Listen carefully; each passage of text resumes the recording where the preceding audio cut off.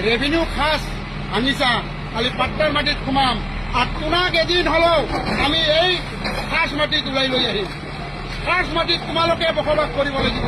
তোৰ 14 গুৰিয়ে খাচ মাটিত বসবাস কৰিব। এতিয়াৰ পৰা আমি এটাই ধৰি দিম, নাৰে তাকবীৰ, আল্লাহু আকবাৰ, নাৰে তাকবীৰ। আল্লাহু আকবাৰ। আমি মাটি বাড়ি সব বিক্ৰি কৰি এদিন কামাই ৰোজি ৰোজগাৰ কৰি আমি পাট্টাৰ মাটি কিনি ল'ম। আৰু সেই পাট্টাৰ মাটি কিমান লাখ লাখ টকা, কোটি টকা হলেও আমি কিনিম। কিনি লৈ কেনে তোমাৰ ঘৰ পৰ্যন্ত আমি কিনি ল'ম। তাৰপিছত তোমাক পাট্টাৰ মাটি এৰাই খাচ মাটিত বসবাস কৰিবলৈ আমি বাধ্য কৰাম।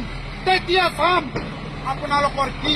আজি হয়তো মই মৰি যাম, মোৰ ল'ৰা ছোৱালীয়ে মোৰ নাতি পুতি হলেও তোমাক খাচ মাটিত ব্যৱহাৰ কৰিব দিব। ইয়াৰ কাৰণে আমি বাধ্য হ'ম, আমি বাধ্যতা কৰিম।